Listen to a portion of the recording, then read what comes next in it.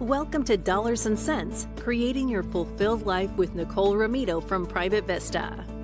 In this podcast, we draw from years of experience as well as guest specialists to help you create the life you imagine. Join us in this journey as we enlighten and empower you to align your lifestyle to help you achieve your goals with a clear picture of your future. Now, let's get to the show. Hello and welcome to Dollars and Cents with your host, Nicole Romito. Nicole, what's going on? Hey, Eric. I'm doing great today. How are you?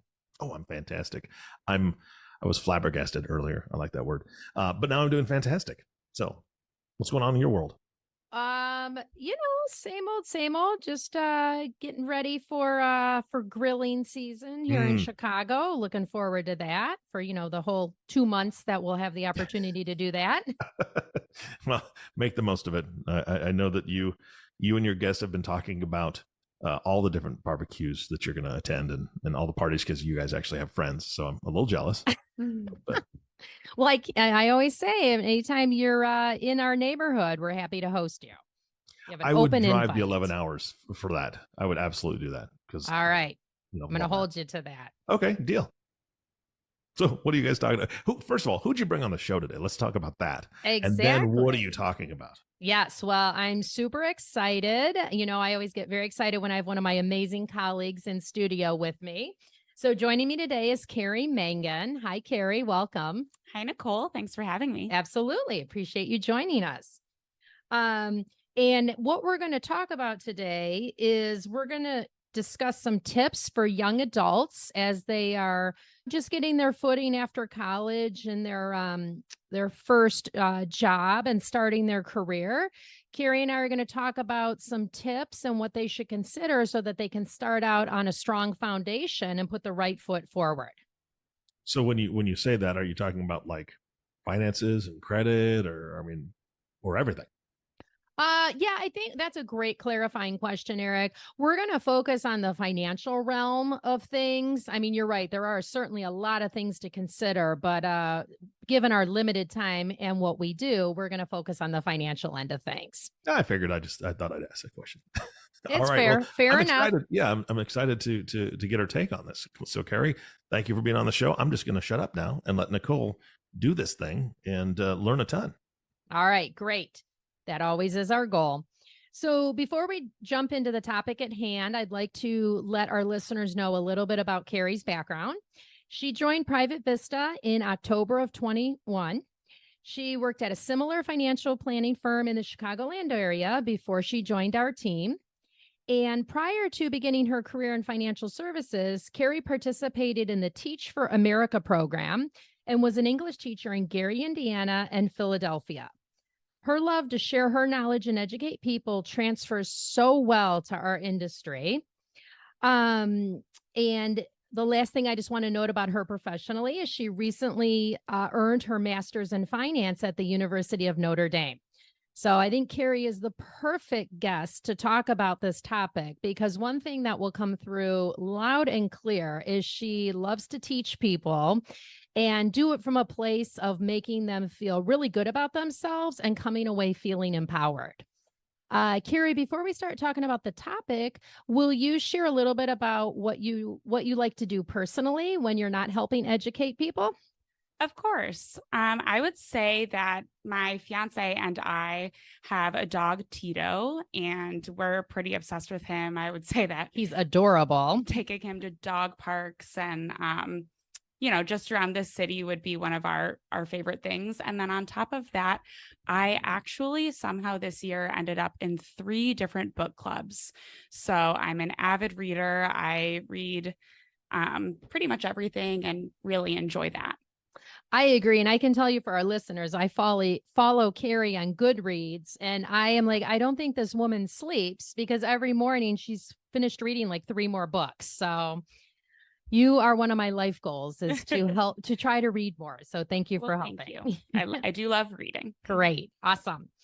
Well, perfect. Well, now that our listeners know a little bit about you, let's go ahead and, why don't we start off with for our listeners, you've completed college, you've got your first real job, if you will. I know a lot of people work during college and most have done internships.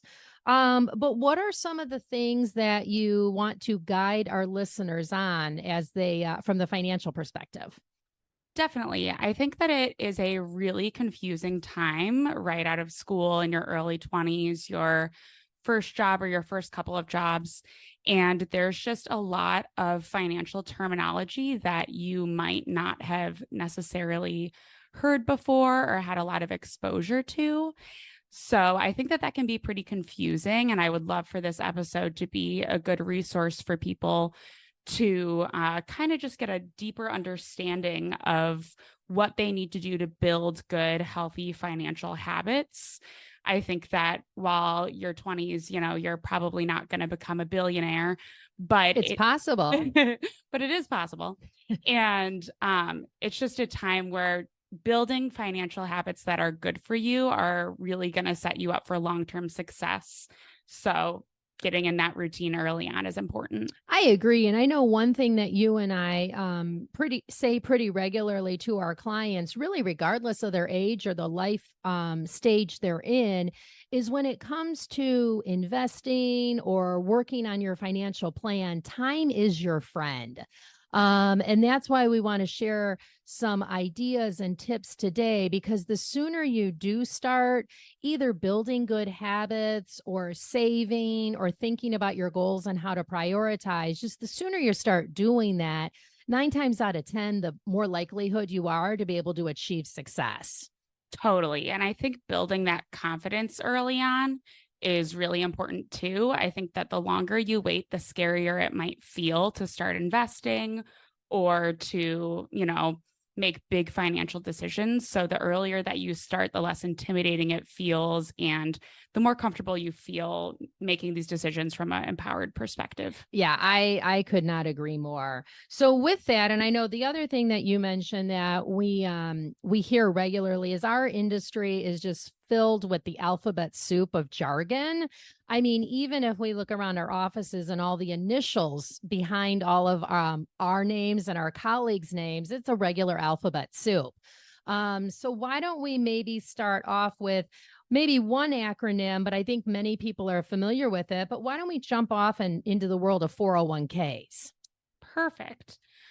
I think that's a great place to start. I remember on one of my very first days of work ever, I had to fill out paperwork to say how much I wanted to contribute to my 401k. Okay. And I was sitting with maybe 5 or 6 other 22-year-olds that had no idea what they were doing.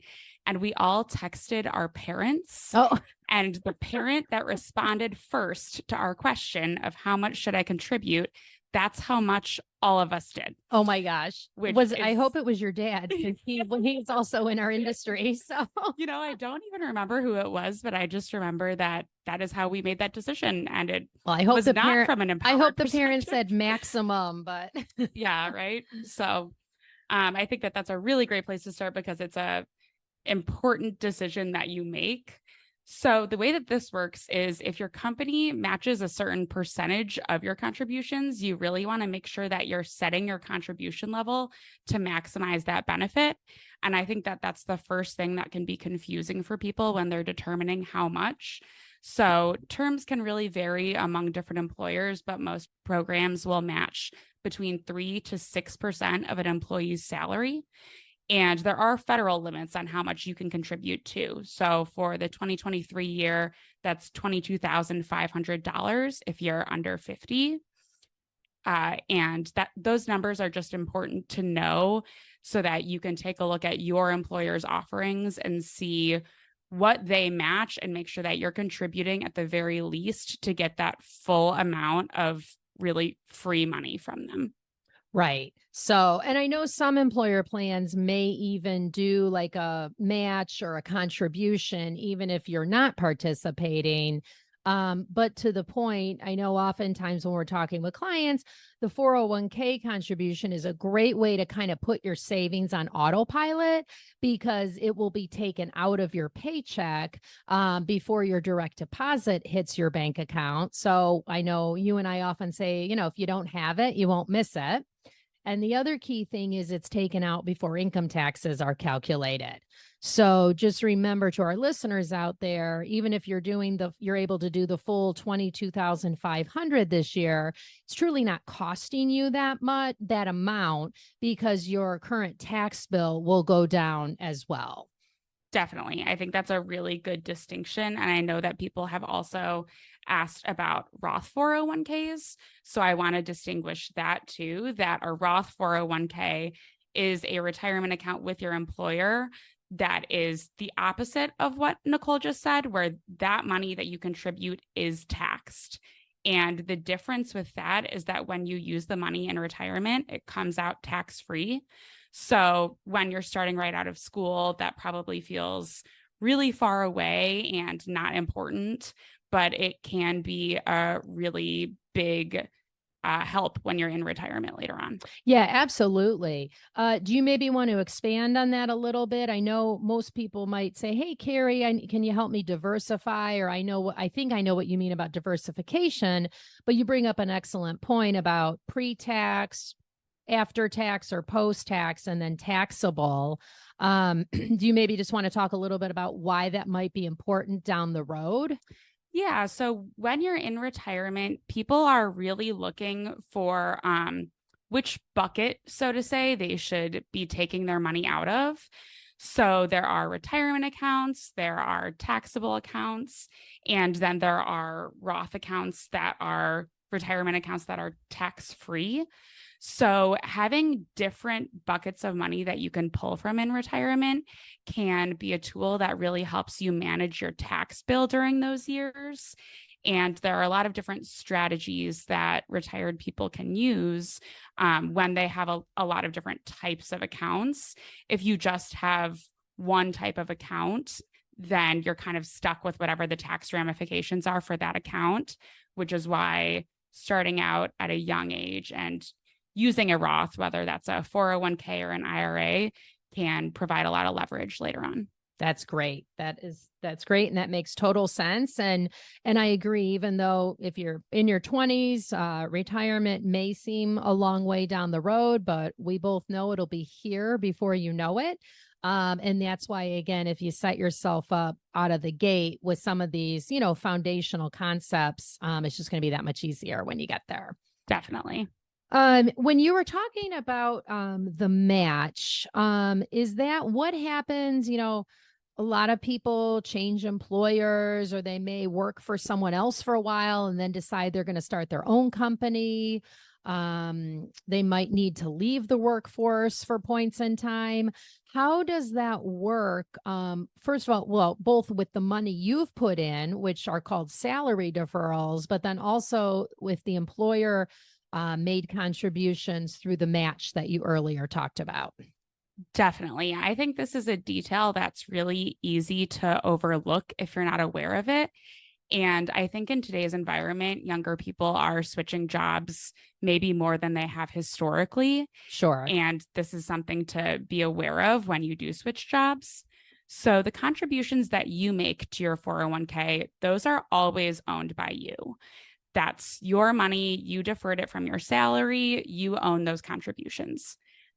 The contributions that you make to your 401k, those are always owned by you. Those are deferrals from your salary. It's your money, even if you choose to leave your company.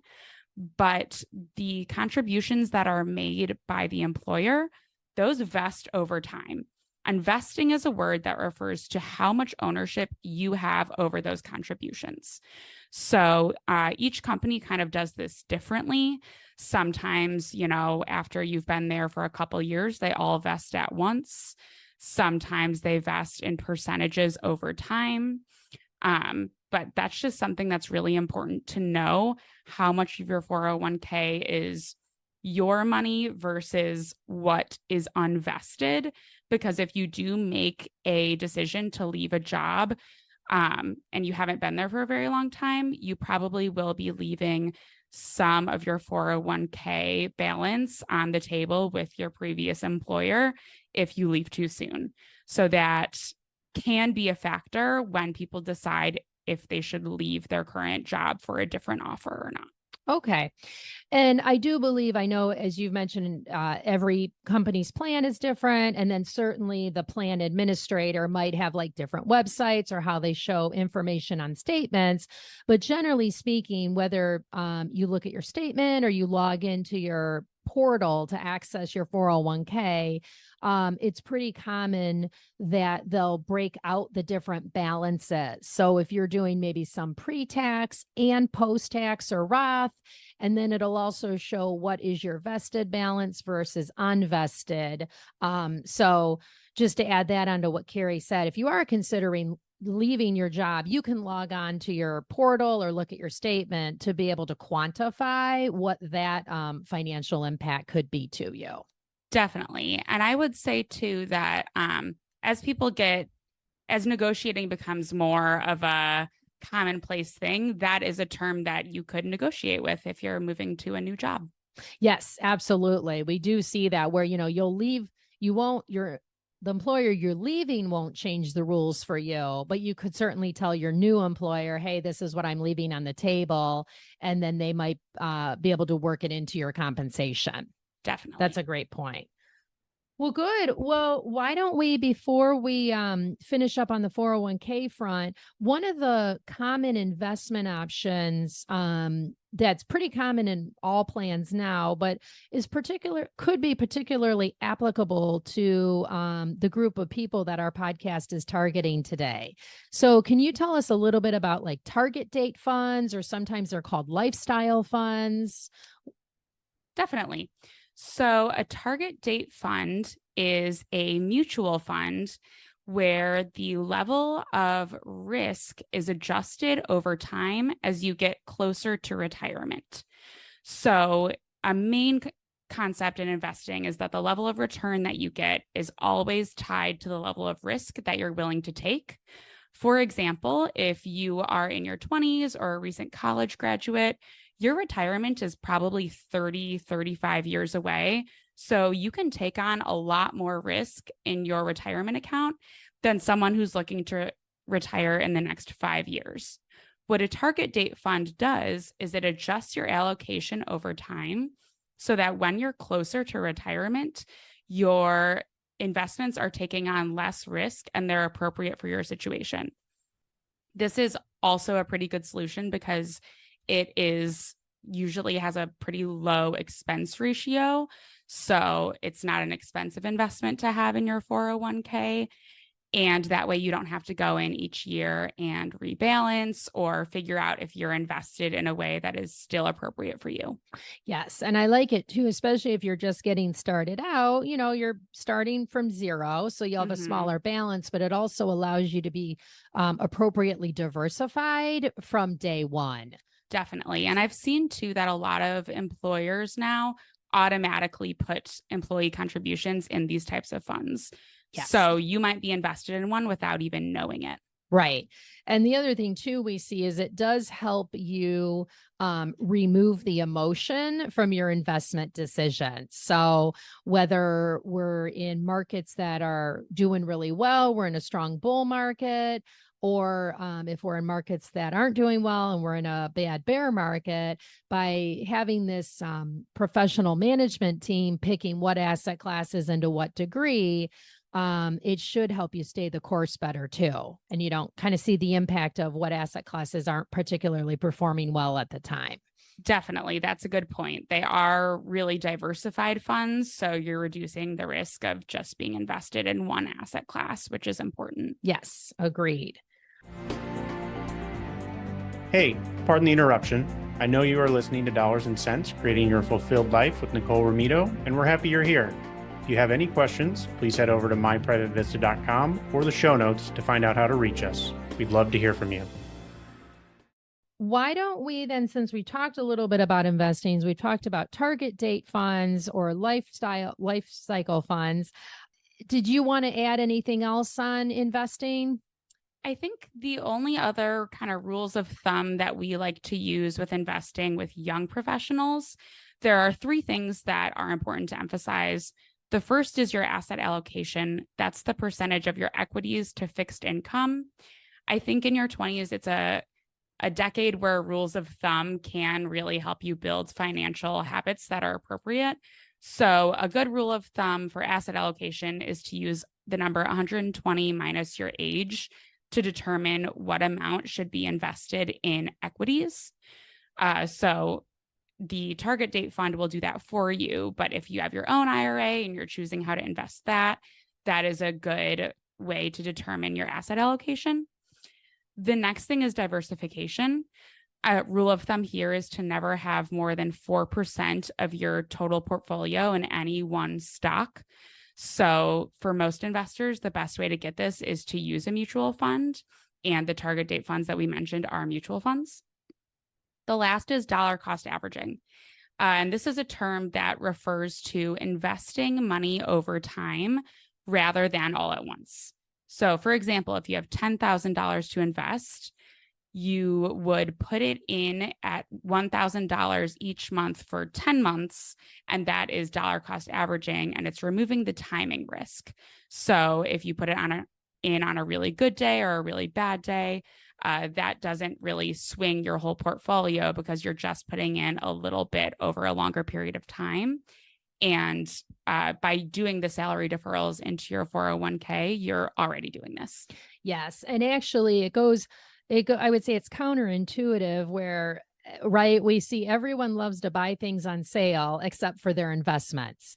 So you're absolutely right, especially with your salary deferrals through your 401k. You don't get to pick when that money is invested. It's set, it's going in, a couple times a month or once a month, depending on the plan. And it's counterintuitive, but if you are buying in while the markets are down, when they eventually do turn around, that's going to be some additional wind behind your back. Definitely. And the only other important note I would make on investing is that the reason why it's important to invest as young as possible is because of compounding. So compounding is when you're earning interest on interest. Your investments are creating dividends, interest, capital gains, and those are being reinvested into the portfolio. And then you're able to earn more on those additional investments. And the longer that you're able to do this, the faster it kind of picks up speed and the more, financial wellness you have at the end of the day. Yes. Our colleague Stephanie likes to call compounding the eighth wonder of the world. So I love that. Yes. And it makes sense. Your money's making money for you, right? They always say, do it so your money's working for you while you're sleeping. Well, compounding is one way to do that. Exactly. Well, great. Well, let's touch a little bit on kind of some cash flow management. I try to avoid the B word, and by that I mean budgeting, but I do feel that is triggering for a lot of people and causes them just to shut down before you even had a chance to open the conversation door. So we started off with kind of longer term money, 401k, that's money down the road. We're not going to get into it today, but depending on your employer's plan and the rules, there could be ways where in case of an emergency, you could access it, or if you're changing employers, but we're not going to hit on that today. So that being said, I know we wouldn't want people to put all of their money in their 401k because you and I know life happens. Definitely. So why don't we talk a little bit about how to structure your funds and your cash flow to set up for either goals that are more in the near term or the inevitable bumps in the road? Definitely. So something that gets skipped a lot in this realm of life is having an emergency fund. But in reality, this should be your number one priority when you're organizing your finances. Before you invest any excess income, it is really important to build up your emergency fund. And the rationale behind this is that no one can, predict when bad things are going to happen. And when bad things happen, they tend to have a domino effect. So maintaining an emergency fund can help you kind of have a safety cushion so that you have time to recover or adapt your lifestyle without panicking if something bad does happen. We recommend keeping 6 to 12 months of major core expenses. So that includes housing, utilities, food, insurance, transportation. And this cash should be kept in an account that is not invested. It is accessible at any time. And that way you can use it if you have, one of these events that can cause you to need more cash. Yeah. So the idea here is you're not looking for return. You are looking for safety. Really, you don't want the value to be able to fluctuate down. Definitely not. One of the positives in today's interest rate environment is for the first time in many, many years, you can actually get some nice interest rates on that emergency fund as well. Definitely, which is, really exciting to be able to have an emergency fund and not feel like you're completely missing out on any return. Yes, right. I do want to note for our listeners that Carrie did not list Tito in the emergency fund expenses. So. No, I did not. But, I would say that his housing, his utilities, his food, all core expenses from my eyes. All right. Okay. I just wanted to clarify for all the pet owners out there. Yeah. So his dog walker will be by in an hour. We can't skip that. Exactly. So. There you go. We got to keep Tito happy. Yep. Okay. So we've talked about that then. So as you're figuring out, the emergency fund and how much would go in there. One of the things you mentioned is, all of us need to have a roof over our head. Depending on where you are, you might be renting, you might be thinking about buying, or you may have already bought your first home. So how does that figure in when people are trying to figure out, like, I don't know, is it okay if I allocate 50% of my net income to my housing cost? What are some thoughts on that? Definitely. There are some good rules of thumb to help you figure out what would be smart for you in terms of housing. So as a general rule of thumb, housing costs shouldn't exceed 28% of your gross monthly income. So when we say housing costs, we don't mean just rent. We're also talking about utilities. If you own a home, we're talking mortgage payments, property taxes, homeowners insurance, renters insurance, any HOA fees. All of that should not exceed 28% of your gross monthly income. And can you just share with our listeners what you mean by gross income? Yeah, definitely. So gross income is what your paycheck is before deductions are taken out of it. So at the very top of your pay stub, before you get to what the number is that actually shows up in your bank account, that's your gross monthly income. Perfect. Thank you. Just want to make sure we're explaining our jargon we're using. Totally.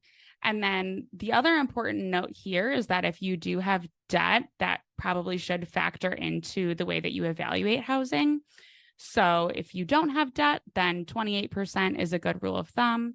If you have debt, we would say that total debt and housing costs together shouldn't exceed 36% of your gross income.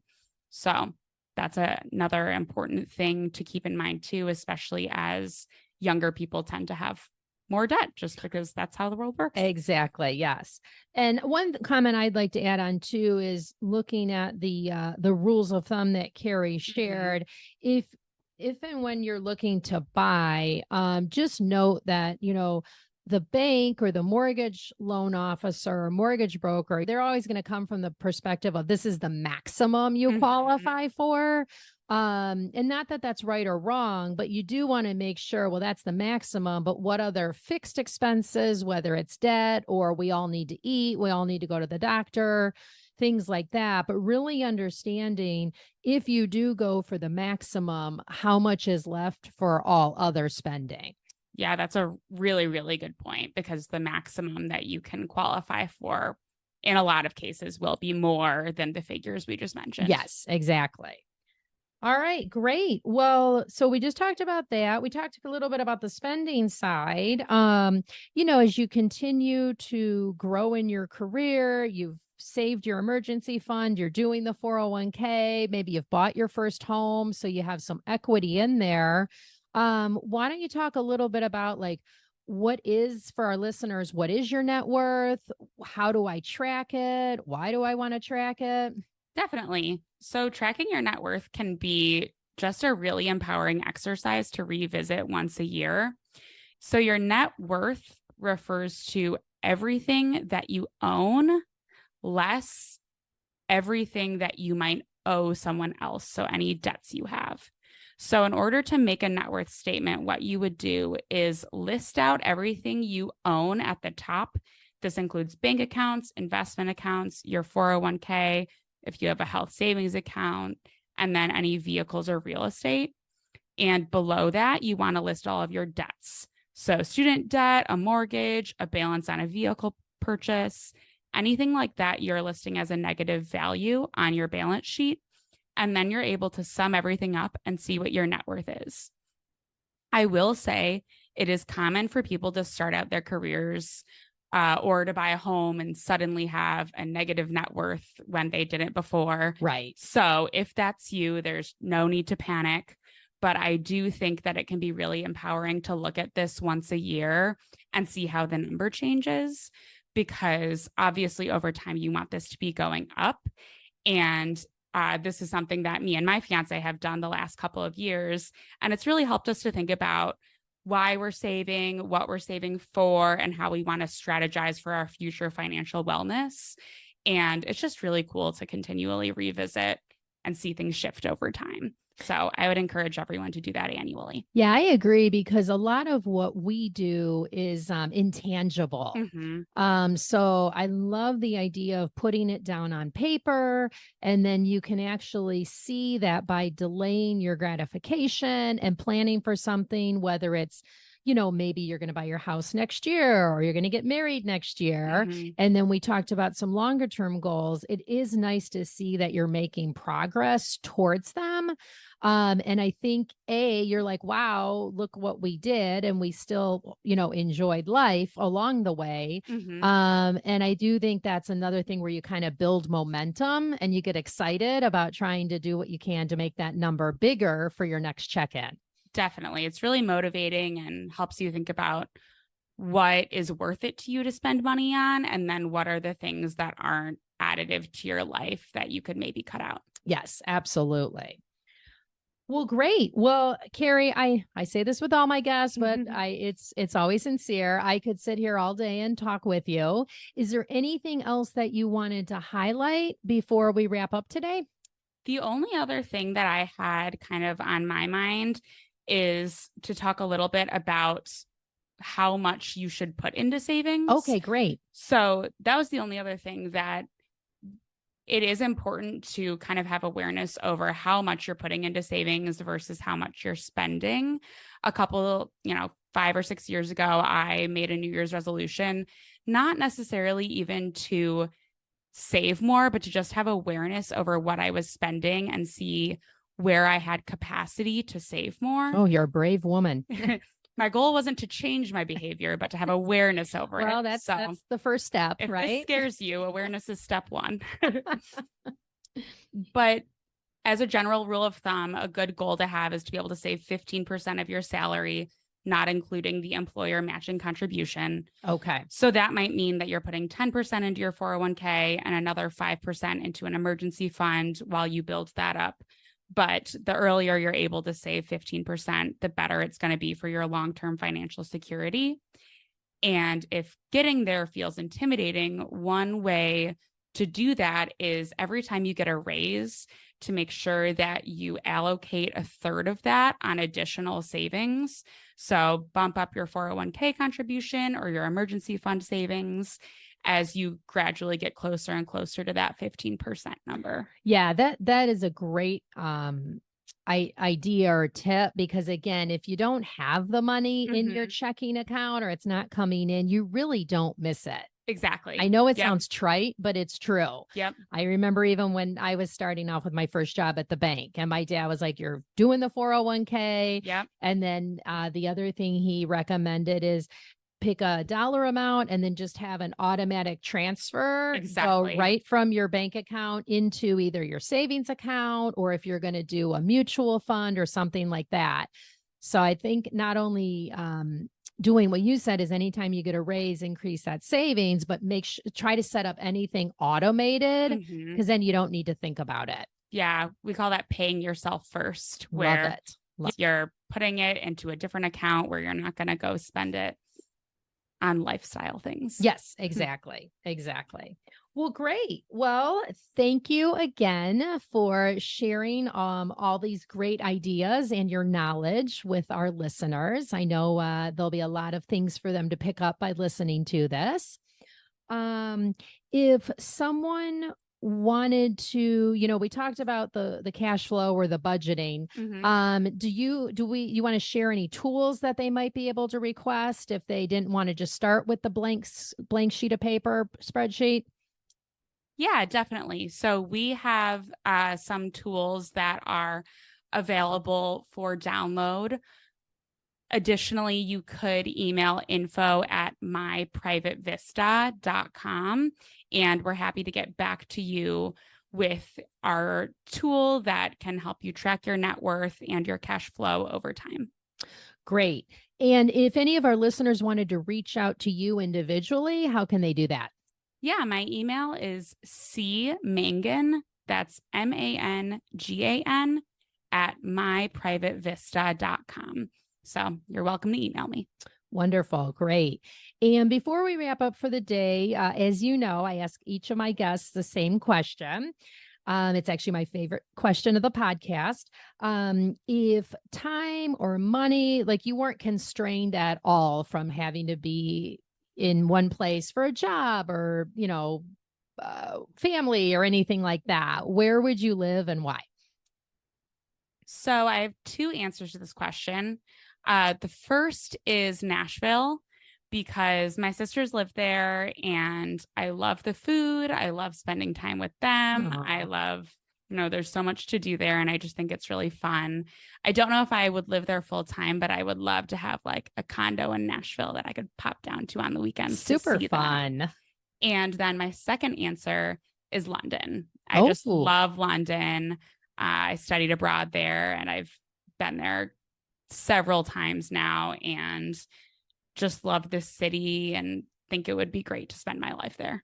That's awesome. That is great. Well, thank you for sharing that. Of course. And I do have to say, I would be remiss if I did not give a personal shout out to Will, Carrie's fiance. He is our number one fan. So we have to acknowledge him. Thanks, Will. Will loves listening to Nicole on our car rides. It's a commonplace audio in our drives between our house and my mom's. Well, I appreciate the support. Of course. This has been fantastic, Carrie. I had a chuckle when you brought up the fact that you were making yourself aware of something, but not necessarily changing your behavior, right? That happens every time I walk into the bathroom because there's a scale there. I'm aware that the scale's there, but I'm not going to step on it because that totally might make fair. me. Right. I mean, that was the correlation that I drew. I love the info that you guys gave today. Nicole, this has been fantastic. Again, I love it when you bring on, folks that you work with, because number one, there's such a good rapport there. And I know that you guys work together as a team. If folks want to reach out and learn more about what you do overall, Nicole, why don't you give them your contact info as well? Sure. So my contact info is N Romito, RO, M as in Mary, IT as in Tom, O, @myprivatevista.com. Or people can go to our website at myprivatevista.com. In the upper right-hand corner, they can reach out through the Contact Us button. And you can, just say if you'd like to be put in touch with me or Carrie or any of our advisors, we can get it routed to the appropriate person. Fantastic. And if anybody wants to know Carrie's husband's answer to where would you live and why, email in, because we'll find that out. I'll let you know. Absolutely. I can get him as part of the show. That'd be great. Both of you, this was fantastic. Great information. I know the listening audience learned a ton, as did I. So thank you for everything that you have done today. And of course, our last thank you goes to the listening audience. Thank you so much for tuning in and listening to the Dollars and Cents podcast with Nicole Romito.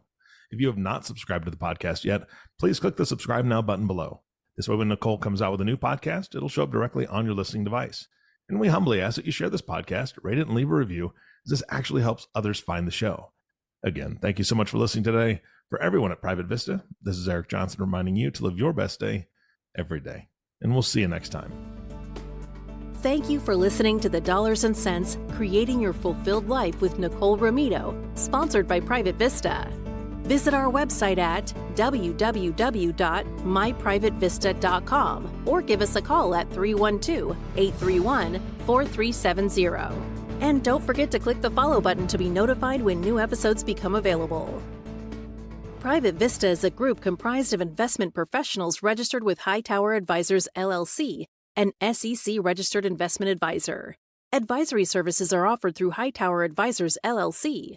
This is not an offer to buy or sell securities. No investment process is free of risk, and there is no guarantee that the investment process or the investment opportunities referenced herein will be profitable.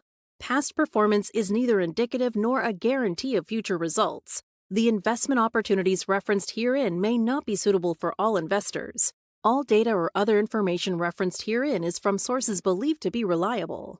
Any opinions, news, research, analyses, prices, or other data or information contained in this presentation is provided as general market commentary and does not constitute investment advice. Private Vista and Hightower Advisors, LLC, or any of its affiliates make no representations or warranties expressed or implied as to the accuracy or completeness of the information or for statements or errors or omissions, or results obtained from the use of this information. Private Vista and Hightower Advisors, LLC assume no liability for action made or taken in reliance on or relating in any way to this information. The information is provided as of the date referenced. Such data and other information are subject to changes without notice. This was created for informational purposes only. The opinions expressed herein are solely those of the authors and do not represent those of Hightower Advisors, LLC, or any of its affiliates.